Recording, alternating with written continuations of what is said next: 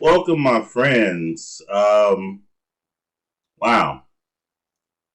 So my video posted 2 days ago, and it was a timely post, even though I had recorded it about 5 days in advance. And I was initially afraid that it was going to not post, or it was going to post after the Supreme Court decision has been made. Um, I know it's 1:29 on Friday morning. So again, good morning to all my friends. Um, and in case you haven't heard within the last I don't know, maybe 12 hours or so, the Supreme Court struck down um, Joe Biden's vaccine mandate for employees to be, forced to be taking vaccines um, and to force excuse me, and to force um, companies to adopt mandates of their own based on Biden's mandate. Um, of course, we all can debate about the makeup of the Supreme Court. It's definitely um, the most conservative Supreme Court that we've had, at least in my lifetime. So, and in a lot of our lifetimes. So, um, that's something to take into consideration as well. But ultimately, I think they made the right decision. I mean, you can't force a mandate when the World Health Organization is prognosticating that there's going to be a COVID variant with a strain that renders current vaccines non-existent. Of course, that didn't come into the arguments, but I think given that that vaccinated people are spreading the virus, I think that had to be taken into consideration, and it was a relatively easy decision, although the result was along party lines. Um, Nonetheless, it was the right decision. I mean, Joe Biden's mandate was nothing more than pure political theater. Um, of course, he wanted, you know, that's the Democratic game plan is to, is to win upon two tactics. One, using identity politics, which is old and played out. I mean, identity politics is was the thing that worked during my grandmother's era and during my mother's era. Coming of age as well. But it doesn't work. A lot of times, Democrats use the identity politics to get colored people. I'm sorry, people of color. Let me rephrase that. I don't want nobody thinking nothing. But to get people of color, um, basically falling for whatever version of the bait and switch to be determined after the election's over. And so, one's identity politics, it's still, unfortunately, it's still kind of effective and kind of resonates with people of color, despite the fact that there's been years and years and years and years and years of evidence that um, the Democratic Party does not um, uphold their promises to these people, nor do they care. And now it's to the point where they're not even making any promises to people of color anymore. They're just basically saying, look, vote for me because I'm not a Republican. And we'll see how effective that's going to be in the upcoming midterms. I just don't see um, any talented Democratic candidates being groomed or being developed. And not that I'm picking sides. I don't pick sides. I'm an independent. I call it how I see it. Um, you know, and the only side of that Democratic Party that has some good ideas and is willing to make bold moves is probably the progressive wing. And and of course they're stagnated by a bunch of old white people, in the Democratic Party. I'm not getting into the Republican Party simply because they're supposed to oppose the Democratic Party, just based on political theory and nature. Um, do I think they govern? Um, I think there's a lack of interest in governing on the Republican side, and on the Democratic side, you know, there's a lot more. I'm gonna say there's a lot more partisan politics within the Democratic side than they willing to believe. They want colored people. They want people of color to believe that that they serve our best interests, but they don't. You know, they don't. Their actions dictate that. While the perspective is that Republicans are um, right wing racists, red blooded racists. Um, Democrats tend to be just as racist, if not more, than Republicans.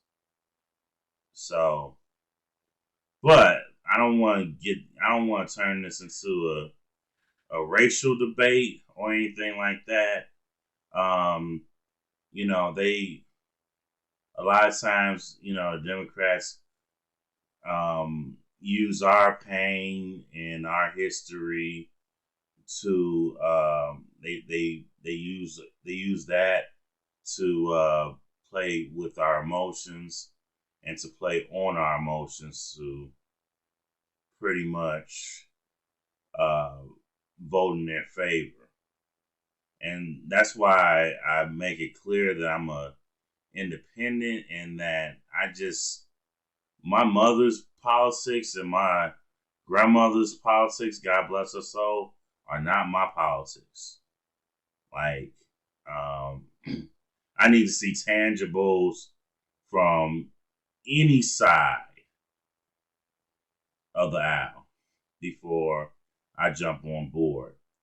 And I just think that, the Democratic Party, stopped governing during the Trump administration. And then now, because they stopped as a result of not governing, refusing to govern during the Trump administration. They can't get anything passed in a gridlocked Senate,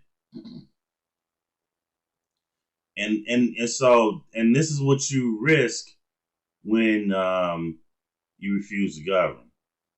And the same thing happened to the Republicans when Obama was in office. They just refused to govern, and then when they finally got their candidate, well, Trump really wasn't their candidate. They just accepted the election results from 2016. But when he got in, they still were unable to govern effectively. And so I think, as a politician and as a group of politicians, you have to be willing to govern 24/7. Now, as voters who are made up of different groups and things of that nature and different political interests, like I think the really big weakness of Democratic supporters is that they accept the fact that their party refuses to govern when they have an arch enemy in the executive chamber, which at that time was President Trump. And of course, I just mentioned why that's not an effective strategy. You still need to talk to other people. I don't believe in this kumbaya type of reach across the aisle type of thing, but I do think that we pay these politicians a handsome amount of money to govern, and when they don't do it, it's a slap in Americans' people's faces, whether they're Democrat or Republican. And so here we are, the result of partisan politics. Even though I think the Supreme Court made the right decision, I mean, you just can't force people to get a vaccine that vaccinated people, for a virus that vaccinated people are continuing to spread themselves. In my opinion, they become the new super spreaders with 63% of Americans being fully vaccinated. So now, what's Biden gonna do? Because if you look at my facial expression, and again, I don't take sides. I just call the plays. I'm like a play-by-play announcer. But just given how the social stimulus has gone, how that's been a real that's been a political failure on his part, along with now this mandate. It doesn't look good for the Democratic Party.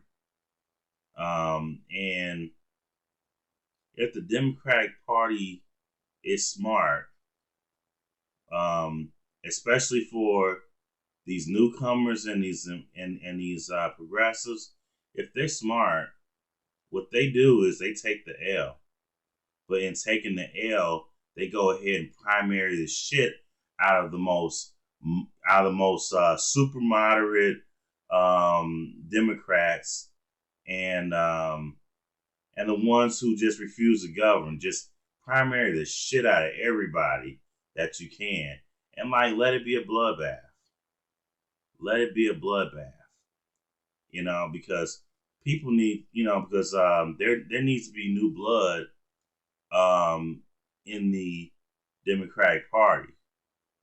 You know, see, Republicans know how to campaign and they know how to win elections.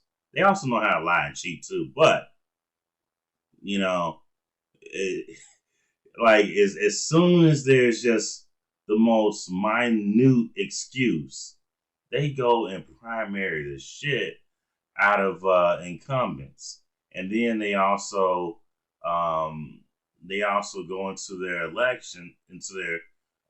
presidential elections with the idea that they're just going to have 30 people running for president. If you notice, at the very beginning of election season, they have like 30 candidates just getting down and dirty and greasy about each other. Um, I truly believe that that Joe Biden needs to be primary like immediately. Otherwise they really might destroy. I'm sorry, the Democratic Party might end up destroying itself. I mean, there was 8 years, two opportunities um, to really uh, play fair and get Bernie Sanders, as a Democratic candidate. He might have beat Trump. He might have beat Trump in 2016. He definitely would have in 2020. And so you keep giving the Democratic Party, and I'm talking about the voters and the people, candidates that they don't want because you have your own agenda to protect, which is, toe the party line and towing the Democratic Party line has done nothing but get them annihilated by the Republicans, especially every midterm, with the exception of the last midterm. And that was, I mean, and even in that midterm, the Republicans didn't get spanked that bad. They lost some seats that were kind of borderline, but they actually ended up holding seats that they probably should have lost. And then the same thing happened during the presidential election. So it's not looking good for Democrats. Um, and I'm quite frankly, the Democratic Party needs to get their shit together and really come up with the agenda that people are actually on board with. Enough of this identity policy. I'm sorry, enough of this identity politics bullshit where, okay, well, if you're black, you're voting for me because I'm your candidate. And I'm Democrat. Nah, you gotta give us some goodies.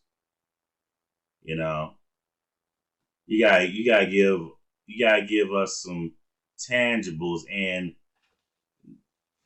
you're trying to befriend the Hispanic ethnic group, and shout out to all my Hispanic brothers and sisters, amigos, muchachas.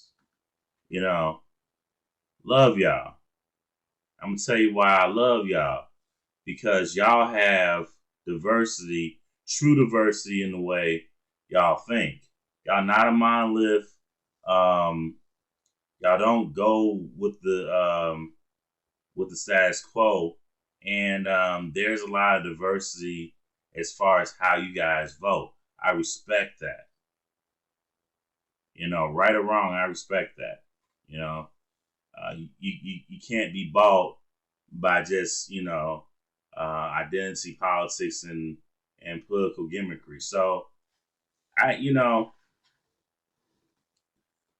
I think they need to give up on the notion that they're ever going to get in within any given political election that the Democratic Party will ever get more than that 40 to 60% threshold. It's not going to happen. It's not going to happen with Hispanics. And so that's why I think the party's dead, because if you're just depending on black people and former and former Democrats who have moved on to the Republican side during the Reagan era, to come back to the Democratic side, that's basically the same kind of thinking, the same kind of approach that Joe Biden took to this election, to his own election. Then yeah, you're not going to hold power consistently. So what you guys think about um the Supreme Court decision? What's your thoughts? Agree to disagree with me? Do you agree? Do you disagree? And do you agree to disagree with me? Um, you know, I know this is like still a stage of my YouTube career, I guess, where I don't get a whole lot of I don't get any replies or anything like that. But if you have an opinion on this matter, feel free to share it. Other than that, my friends, if you like this video, hit the subscribe button, hit the like button, and I'm out.